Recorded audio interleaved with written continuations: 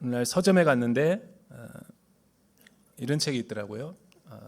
서울대생들이 가장 많이 읽는 책. 단순히 책의 내용을 떠나서 그 책에 또 제가 매력을 느껴서 한번 사서 읽어본 적이 있습니다. 서울대처럼 좀 똑똑해질까 싶어서 이 제럴드 다이아몬드가 쓴 세계적인 석학이 쓴 책인데 굉장히 10년 동안 서울대생들이 대출하는 1위 책. 왜 그렇게 이 책을 좋아할까 궁금해서 한번 책을 읽어본 적이 있는데 총균쇠라는 책이죠. 이 제럴드 다이아몬드는 단순한 질문에서 원래 조류학자였고 또 환경학자였는데 이 책에서 뉴기니의 총리인 정치인과 대화를 나누다가 단순한 이 모티브로 이 책을 저술하죠. 왜 우리나라에는 백인들이 만든 많은 화물차뿐만 아니라 재화들이 이렇게 막 많이 놔두는데 왜 우리는 그런 걸 만들 수 없습니까? 단순한 그런 질문의 하나에서 이 다이아몬드라는 교수는 왜 인류는 이렇게 빈익빈 부익부, 잘 사는 나라, 못 사는 나라, 혹은 선진국과 후진국으로 양분화됐을까? 그냥 이런 질문을 추적하다가 그가 역사적으로 이제 고증을 한번 해보는 거죠. 그는 환경학자답게 약간은 그 진화론적인 관점에서 책을 보면서 쓰지만 일리 있는 내용들이 아주 없는 건 아니죠. 그에 따르면 그는 환경과 또 인류 발전, 또 인류가 왜 그렇게 선진국과 후진국으로 이 계층화가 이루어지게 됐을까를 환경적인 요소를 많이 꼽고 있죠. 16세기에 에스파냐의 어떤 장군이 잉카 문명, 그 당시 가장 세계적으로 융성했던 잉카 제국을 600만이나 되는 거대한 문명 도시를 완전히 멸절시켜 버리죠. 근데 그 인구가 얼마냐면 180명 군인 가지고. 근데 이 스페인에서 남아메리카로 도착했을 때 도착하자마자 이 군인들에 의해서 균이 퍼졌다 그래요. 그 균이 무슨 균이냐면 여러 가지 뭐 천연두라든가 홍역이라든가 또 패스트 같은 면역력이 없었던 그 남아메리카 사람들에게 치명적인, 그래서 콜럼버스가 발견하기 직전에 이 남아메리카의 인구의 95%가 죽게 되는 엄청난 재앙을 맞이하게 됐던 거죠. 그리고 어떻게 이 거대한 제국과 문명을 한순간에 정복할 수 있을까? 그것은 180명이 쏜 이 총 화기로, 그 당시 총은 오늘날처럼 이렇게 아주 첨단이 아니라 소리가 무지하게 크고 100m밖에 날아가지 않는 거였지만 그 총소리에 놀라서 다들 혼미백산했다 그래요. 신이 벌을 내렸다 이렇게 생각해서 싸울 의지 없이 곤봉 가지고 달려들었다가 다 멸절된 500배가 맞는 첨단 이 무기로 구성된 잉카 군대 8,000명이 다 도망가 버렸다 그래요. 그래서 한순간에 무너진 거죠. 또한 세 번째는 중요한 요소죠. 총균쇠. 이 쇠를 만들어내는 결정적인 계기는 이제 농업혁명이라는 거예요. 원래 이전까지는 수렵 채집으로 해서 이렇게 정착민으로서 농경 생활을 안 했는데 유럽 문명의 사람들이 이렇게 농업을 발달시키면서 불가피하게 이 쇠붙이를 가지고 여러 가지 농구 기구들을 만들었다는 거예요. 그러니까 이 생산이 증대가 되고 잉여 농작물이 많이 생기면서 권력이 생기죠. 왜냐하면 많이 부를 축적한 사람이 사람들을 거느리고 관료화시키고 계산할 수 있는 또 이 부가 창출이 되니까 이 중앙 집권화와 권력이 생기면서 이때부터 굉장히 기술이 혁신적으로 발전됐다라는 거죠. 근데 아프리카라든가 남아메리카는 상대적으로 이 척박한 환경에 의해서 농경이 그렇게 발달될 수 없었고 이 지리적인 것도 유라시아처럼 확 퍼져나갈 수 있도록 문화 접변이 쉬운 것이 아니라 대단히 어려웠던 그런 산악 구조와 여러 가지 환경적인 요소를 이 다이아몬드는 지적하고 있는 거죠. 어쨌든 저는 책을 읽으면서 일리가 있다라는 생각을 했어요. 그런데 이 환경적인 요소만을 가지고 우리의 인류 문명사를 다 설명하기에는, 오늘날의 경제 불평등을 이야기하기에는 한계가 있다. 이 책은 사실은 이전에 많은 문화 인류학자들의 인종 우월주의, 또 백인 우월주의, 또 제국주의들의 그 어떤 논리를 타파했다라는 데 의의가 있는 것이고, 그런 점에서 이 책이 굉장히 아마 서울대생들에게 인기가 있는 것 같아요. 그러니까 아시아나 아프리카 사람들보다 백인들이 우월하다. 그건 잘못된 논리라는 거죠. 그거를 논증했다. 그런데 저는 성경에 보면 그 지도 하나가 있죠. 그 이 책 소개 다음에 지도 하나가 있는데, 이것이 이제 이 제럴드 다이아몬드가 해석하는 이 총균 쇠의 어떤 아주 이 계층화가 이루어진 중요한 단서로 보고 있는 이 세계 지도죠. 이 그림을 되게 강조해요. 그러니까 아프리카나 남아메리카를 보면, 못 사는 나라들을 보면 대부분 이렇게 돼 있다라는 거죠. 그런데 성경은 어떻게 인류사를 해석하는가? 성경은 환경은 환경이지만 그것보다 더 중요한 것은 영적인 환경을 이야기하죠. 영적인 환경. 성경에서 말하는 이 구속사의 지도가 있죠. 한번 세계 지도 두 개를 한번만 보여주실래요? 이것이 이제 템포리 윈도우라고 하는 선교사적인 관점에서 바라본 이 세계에 존재하는 많은 나라들의 영적인 분포도죠. 그러니까 이 하얀색으로 칠해져 있는 나라는 이 기독교 국가라는 나라들이고, 저 색깔로 칠해져 있는 나라들을 보면 가장 최빈국이면서 가장 어떻게 보면 열악한 환경에 복음을 믿지 않는 전 세계에서 가장 복음의 불모지들을 말하는 거예요. 여러분, 제럴드 다이아몬드가 보여준 지도와 제가 선교론적인 관점에서 보여주는 지도가 약간 좀 반대죠? 한번 그 다음 지도도 한번 보여주세요. 조금 더 압축된 거. 오늘날 기독교나 이렇게 선교학자들이, 선교사님들이 가장 이 복음이 들어갈 수 없는 오지 중에 오지, 이 나라들을 집중 선교하기 위해서 우리의 모든 재원과 사람들과 모든 역량을 총 다 써버리고 있는 거죠. 이게 위도와 경도 10과 40 위도와 경도에 있는 나라들이라 해서 템포리 윈도우다라는 아주 고전적인 패러다임이죠.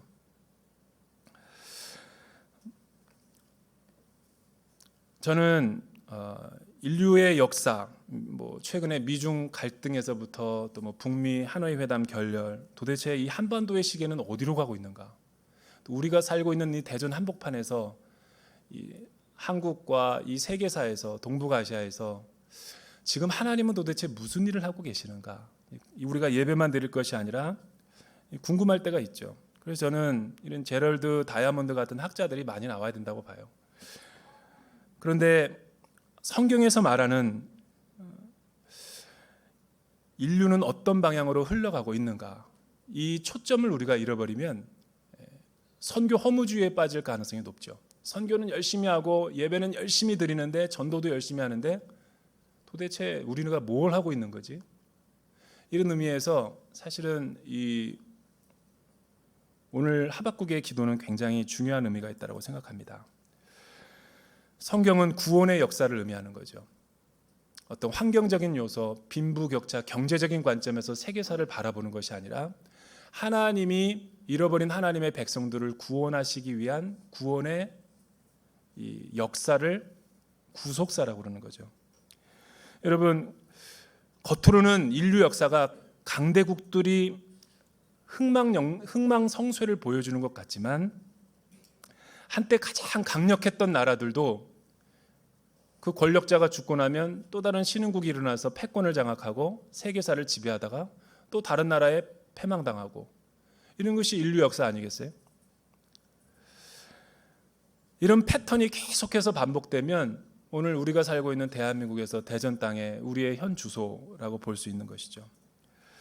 하지만 이런 모든 것들은 역사 기술 방식이 나 중심적이고 인간 역사 중심의 기술 방식이라는 거예요. 인간 역사 기술 방식의 한계는 뭐냐면 고작해야 있는 그대로를 시간별로 나열하는 역사 기술 방식이나 히스토리아나 히스토리 두 가지밖에 없는 거죠. 아니면 역사가가 모든 역사를 시간적으로 나열할 수 없기 때문에 양적으로 질적으로 중요한 사건만을 골라가지고 기록하는 것이 우리는 역사라고 믿죠. 그 역사도 대단히 유한한 거예요. 왜냐하면 선사시대는 역사로 치부하지 않으니까. 선사시대라는 것은 문자로 기록되기 이전의 역사의 시간이죠. 그리고 오늘날 역사는 어떻게 보면 패자보다 승자의 역사만을 강조한 역사죠. 그래서 편파적이고 주관적이고 상대적일 수밖에 없는 거예요. 전체를 보여줄 수 없다라는 한계가 있는 거죠. 부분적인 것을 전체적으로 오해하면 잘못된 결과를 낳는 거예요. 그러나 성경은 보면 역사의 수레바퀴를 돌리시는 분은 권력자들 같고 강대국이고 패권 국가인 것 같지만, 환경이 지배를 하는 것 같지만, 그 환경을 그 권력을 갖고 또 세계를 지배하는 여러 왕들의 마음을 움직이시는 분은 하나님이시고, 또 유한한 인간의 환경이 아니라 영원한 환경, 그 환경을 창조하시고 만드신 하나님의 우주적인 그 주권을 이야기하는 거죠. 벌써 스케일이 다르다라는 거예요. 인간 나라와 왕위와 생명을 결정하는 분은 하나님이기 때문에 사실은 성경의 스토리가 훨씬 더 신뢰할 만하고 일관성이 있다라는 거예요. 오늘 말씀을 우리가 읽은 하박국 선지자를 보면 역사의 한 복판 중심에서 역사성을 가지고 하나님의 말씀인 계시의 사건을 풀어내고 있는 거죠. 하박국이 살던 시대는 강대국 바벨론이라는 제국이 나타나가지고 유다를 침공하고 멸망시키는 아주 바로 그 순간을 묘사하고 있는 거예요. 그리고 유다가 예루살렘이 멸망당하고 몰락하고 있는 그 환경을 눈으로 목도하면서 하박국 선지자가 이 역사의 모습을 기술하고 있는 거죠. 하박국의 메시지는 무엇입니까? 하박국이 선지자가 우리에게 주는 메시지는 간단해요. 영원한 제국은 없다. 풀은 마르고 꽃은 시들지만 하나님의 말씀은 영원하다라고 말하는 영적인 진리를 선포하고 있는 거죠. 그러면서 하박국은 1장과 2장과 3장에서 그의 단계적인 마음의 심경을 하나님 앞에 고충을 토로하고 있는 거예요. 1장은 하나님의 통치 방식에 대해서 의문을 제기합니다. 그러니까 유다 백성들이 평범하게 잘 살고 있을 때 겉으로는 잘 사는 것 같지만 힘이 센 사람, 부자와 많이 배운 사람, 권력을 가진 사람이 권력을 가지지 못한 가난한 사람, 힘이 없는 사람을 불의하게 착취하고 약탈하는 그 모습을 보면서 분노하는 거죠. 하나님은 예루살렘에서 어디에 계십니까? 하나님은 이 유다 백성에서 관망만 하고 계십니까? 선하시고 공의로우신 하나님이 이 나라에 없다면 하나님은 존재하지 않는 것입니다. 이런 하나님의 존재론까지 의심하는 거예요. 그리고 2장에 걸치면 하나님의 계시가 들리죠. 하나님이 장차 이 유다를 심판하실 텐데 심판의 도구가 바벨론이라는 거예요. 근데 그 부분에서도 하박국은 못마땅한 거예요. 왜 못마땅하냐면 그래도 이스라엘이 아무리 타락했다 할지라도 우리가 바벨론에게 멸망당하리라고는 상상을 못했습니다. 왜냐하면 적어도 우리가 아무리 타락했다 할지라도 바벨론 사람보다 더 의롭고 거룩하지 않습니까? 하나님을 모르고 세상에서 가장 잔인한 민족으로 소문난 바벨론을 들어서 하나님의 백성들을 치신다? 그거는 선하신 하나님의 계획이라고 볼 수 없습니다. 이렇게 하나님 앞에 따지니까 하나님이 하박국 선지자에게 하나님의 말씀을 선포하는 거죠. 그게 바로 하박국의 기도에 나오는 거예요. 3장 1절서부터 19절에 있는 말씀. 우리 먼저 1절과 2절 같이 한번 읽어볼까요? 1절과 2절에 있는 말씀 시작. 이것은 시기온옷 형식에 맞춘 예언자 하박국의 기도입니다. 오 여호와여,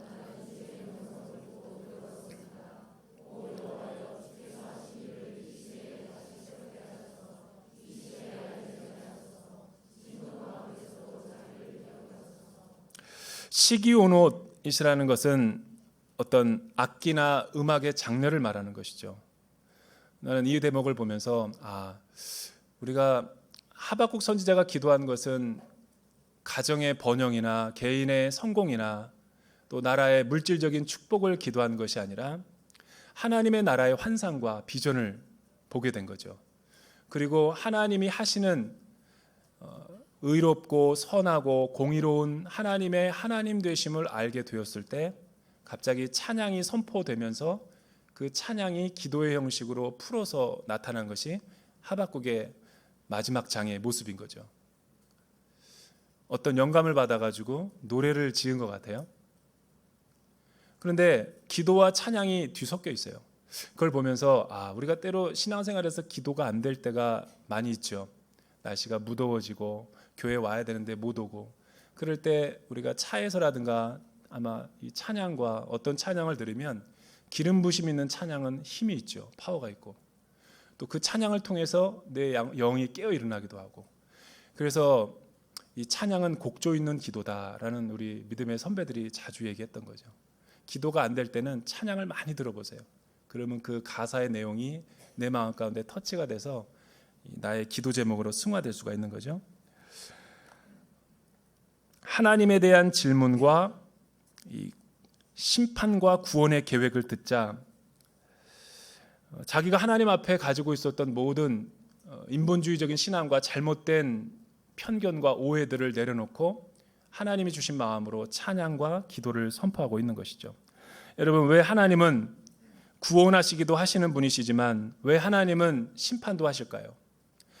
많은 분들이 성경을 읽다가 가장 하나님에 대해서, 성품에 대해서 못마땅하게 생각하는 것이 선하시고 의로우시고 사랑이 많다고 하면서 왜 하나님이 많은 사람들을 죽이고 진멸하고 전쟁을 일으키는 전쟁 영웅처럼 묘사가 되는가?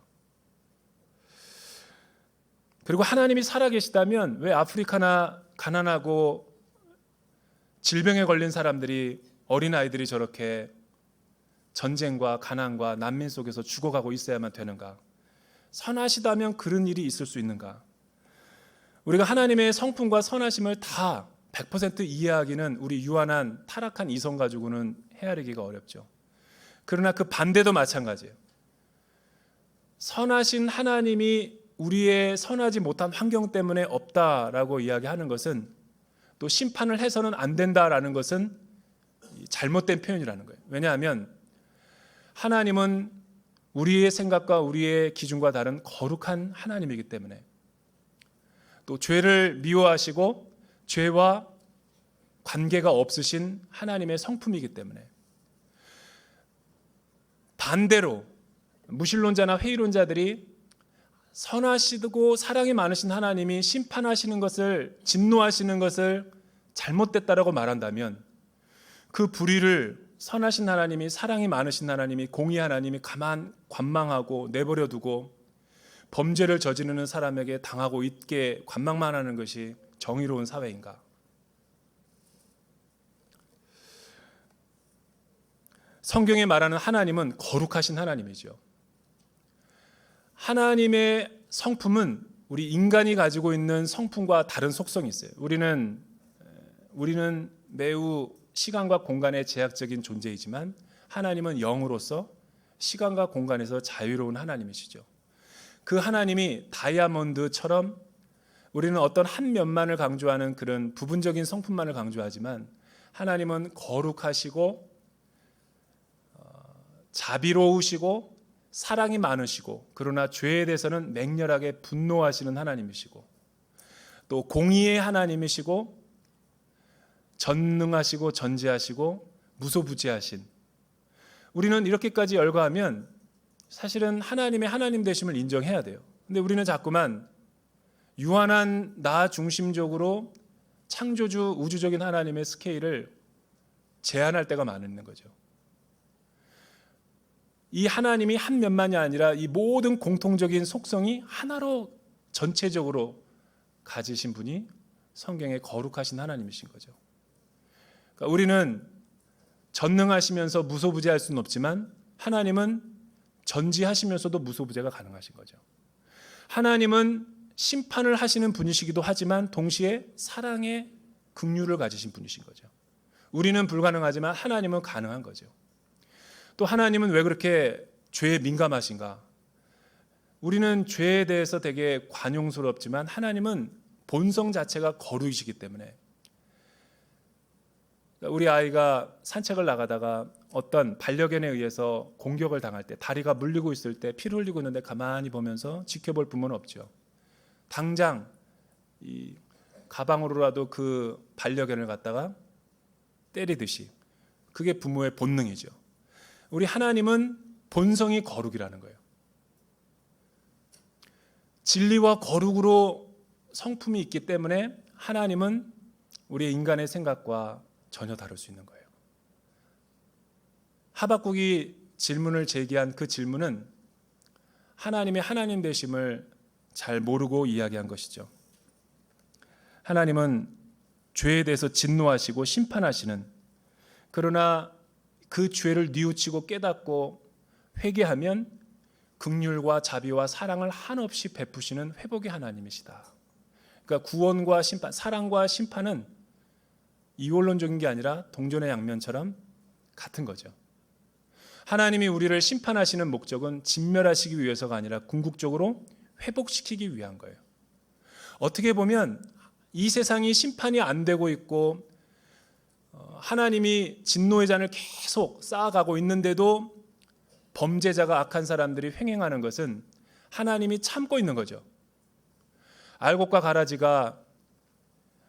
가라지를 건드려다가 알곡까지 같이 건들까 봐 하나님이 마지막 날 때까지 회개의 기회를 계속해서 주시는 것일 줄 있죠. 두 번째, 3절서부터 15절까지인데 너무 길기 때문에 우리가 다 읽을 수 없지만 우리가 3절과 4절 우리 같이 한번 읽어볼까요? 3절과 4절 같이 읽어보죠. 시작. 하나님께서는 대만에서 오셨으며 거룩하신 분은 바란산에서 오셨습니다. 그분의 영광이 하늘을 덮고 땅에는 그분에 대한 찬송이 가득합니다. 그분의 광채가 햇빛과 같았고 두 줄기 빗줄기가 그분의 손에서 번쩍이니 그 안에 그분의 권능이 숨겨져 있습니다. 재앙이 그분 앞에서 나아갔고 전염병이 그분의 뒤를 나아갑니다.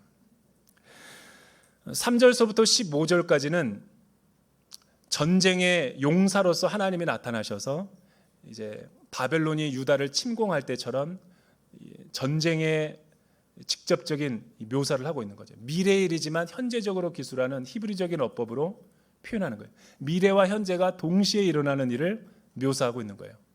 전쟁의 은유와 상징으로 하나님께서 선포하는 거죠.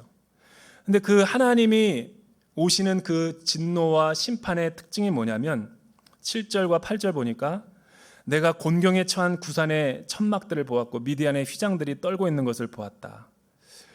또 6절을 보니까 모든 나라들이 두려워서 떤다. 영원히 변치 않을 것만 같은 산들이 무너졌고 오랜 세월을 거친 언덕들이 무너져 버립니다. 그분께서 하시는 일들만이 영원합니다. 그리고 또 하나님은 전차를 타고 오시면서 시내와 강과 바다를 향해서 분노하신다. 활을 꺼내어 많은 화살들을 가지고 열방들을 심판하신다. 이게 무엇을 의미하는 묘사들일까요? 저는 마음에 가장 와닿는 묘사가 영원히 변하지 않는 산들이 순식간에 무너지고 오랜 세월을 거쳐서 영원할 것만 같은 제국들이 한순간에 이 구산과 미디안들이 무너지게 된다는 거예요. 영원한 제국은 없다라는 거죠. 여러분, 이 세상에 존재하는 모든 것들은 항상 끝이 있죠. 그래서 우리가 하나님 앞에 힘이 있을 때 조심해야 되는 거예요. 대부분의 전공자들이 무너지고 넘어지고 몰락하는 때가 언제입니까? 전공 때문에 무너지는 거예요. 자기가 가장 잘하는 자기의 어떤 의지하고 있는 그것이 자기를 지켜줄 것 같지만 아이러니하게도 역사를 보면 바로 자기가 의지하는 것 때문에 무너지는 거예요. 하나님을 잃어버리고 하나님을 섬기지 않고 하나님 대신에 그런 것들을 권력과 물질과 명예와 세상의 것들을 의지할 때 그것 때문에 우리가 무너지게 되는 거죠.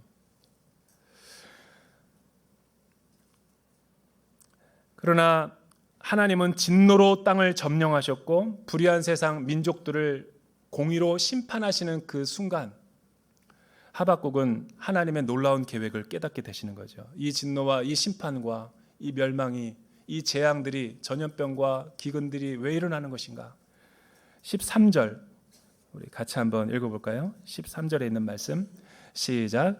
주께서는 주의 백성을 구원하시려고 주의 기름 부음 받은 사람을 구원하시려고 나오셨습니다. 주께서 악한 사람의 집 우두머리를 쳐부셨고 발에서부터 머리까지 발가 벗기셨습니다. 말을 타시고 바다를 짓밟고 물을 크게 휘저었다. 이것이 하박국 선지자가 계시를 통해 본 미래의 일이 현재에 나타나는 하나님의 나라의 이 환상을 보게 된 거죠. 얼마나 그 구원자의 모습이 아니라 심판주로 오시는 왕의 위엄과 이 머제스틱 파워, 하나님의 그 놀라운 이 영적인 권세를, 힘을 보여주는 표현입니까?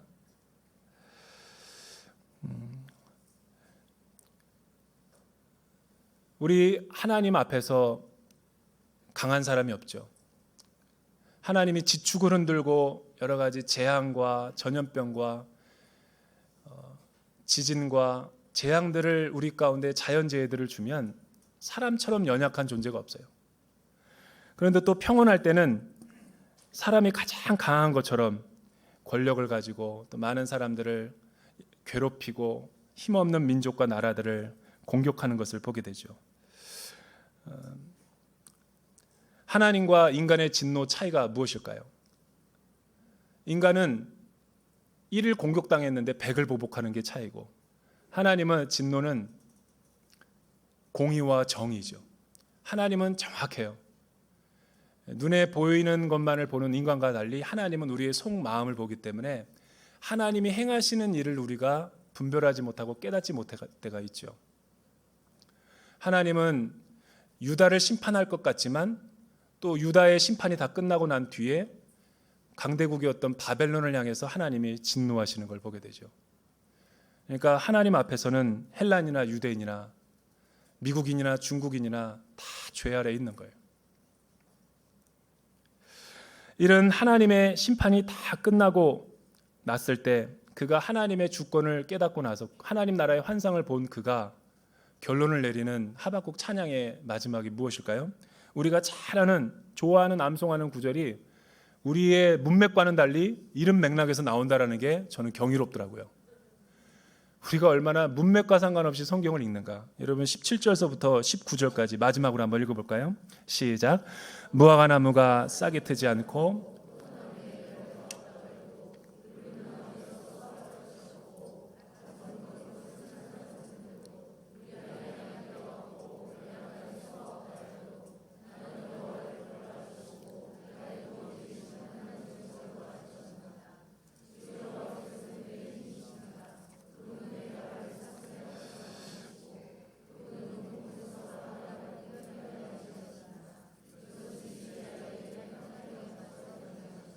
네.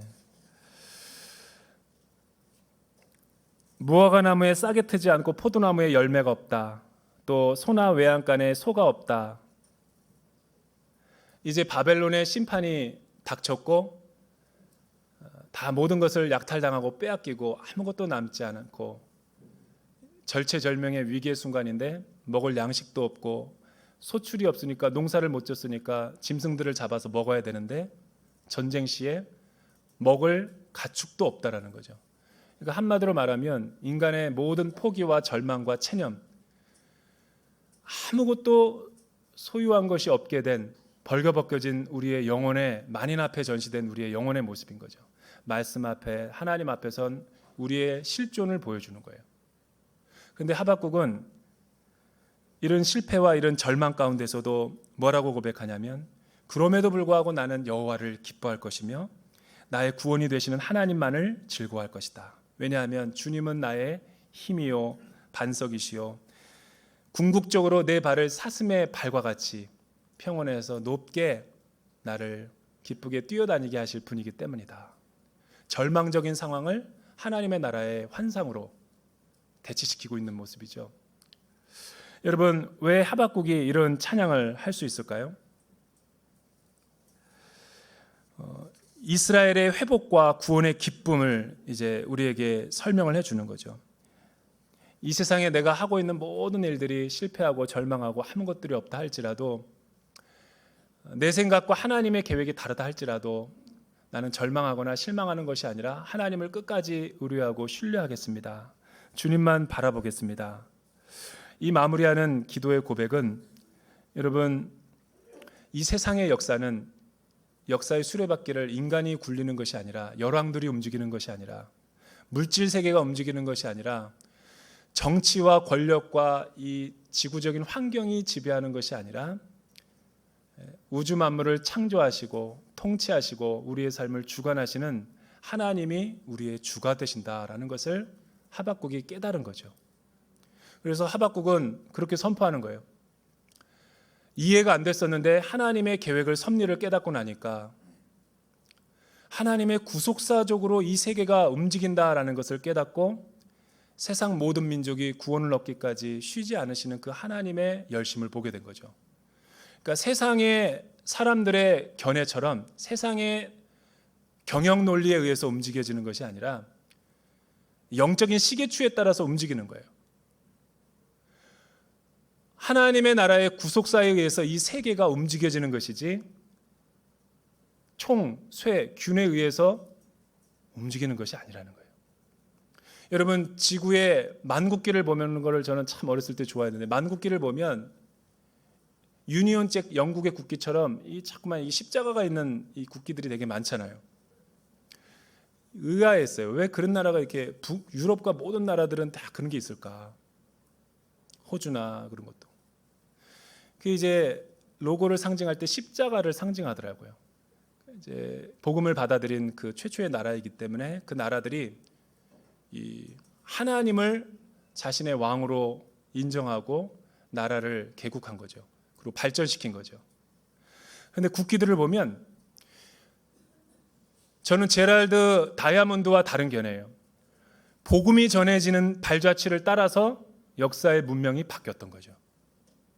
복음을 받아들이고 수용하고 인정하고 선교의 수용성이 강한 나라일수록 부국강병을 이룬 거예요. 국기를 보면 알아요. 여러분, 존 파이퍼는 선교란 열방으로 하여금 하나님을 예배하게 하는 것이다 라는 유명한 스테이트먼트를 말했죠. 짐 엘리엇이라는 선교사님은 주님을 영접하고 나서 자신의 삶을 의탁하면서 이렇게 얘기했어요. 영원한 나라를 위해서, 영원하신 하나님을 위해서 영원하지 않는 나의 삶을 드리는 것은 매우 가치 있는 일이다. 웩을 창시한 C.T. 스터드라는 유명한 사람은 세계적인 크리켓 선수였죠. 가장 인기가 절정에 달했을 때 그 기득권을, 권리를 포기하고 귀족에서 태어난 그 부와 명예를 다 내려놓고 가장 아프리카의 오지에 가서 하나님의 나라의 복음을 증거하다가 웩이라는 선교단체를 창립했죠. 죽을 때까지 그는 잃어버린 영혼들을 향해서 자신의 열정을 불태웠던 거죠. 우리가 잘 아는 서수평 선교사님도 보면 죽을 때 성공이 아니라 섬김이다. Not success, but service. 그러면서 영양실조로 엽전 몇 개만 내온 것이 그분의 삶의 전부였죠.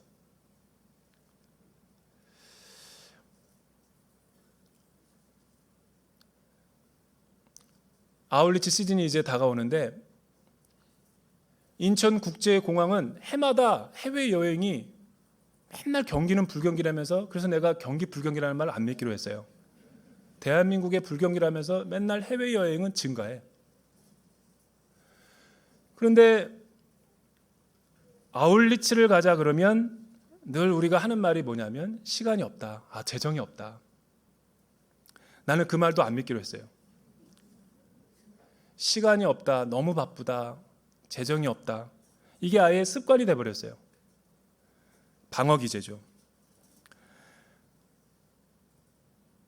하나님 앞에 구별될 시간, 한 영혼을 구원할 수 있는 내 가치와 열정과 드릴 시간과 가치의 대상이 없을 만큼 내가 바쁘고 무관심한 것이 올바른 삶인가? 하박국의 기도의 내용이 비춰보았을 때 건강한 삶인가? 저는 그렇지 않다고 봐요.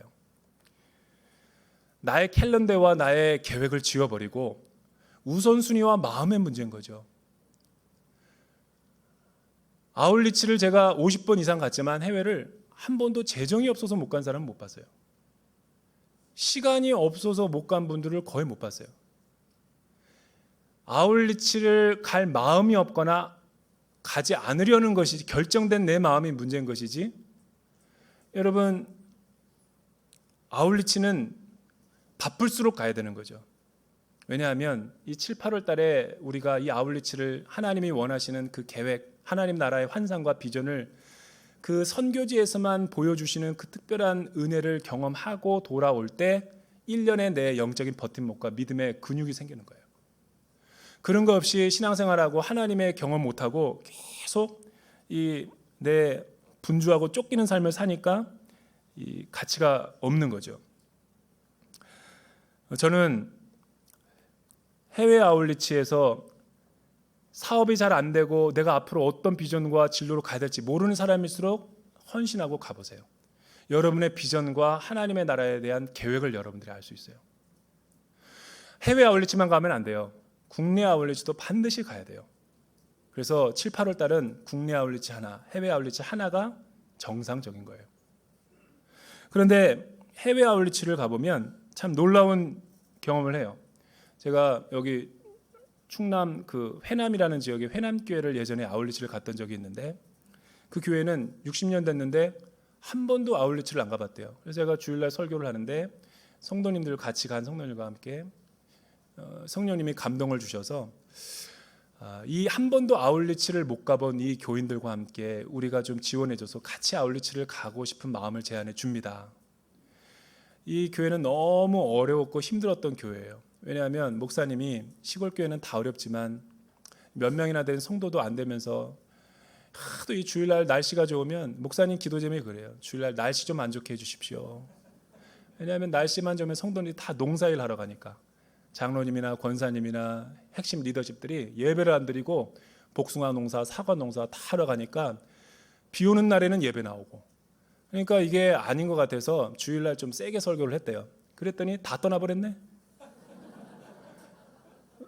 경운기 고치러 가야 된다고 교회 예배 안 나오고, 복숭아 농사 해야 된다고 안 나오고, 또 설교를 세게 했더니 실족해가지고 더 안 나오고, 사모님과 나만 앉아서 예배 드리고 있는 거예요.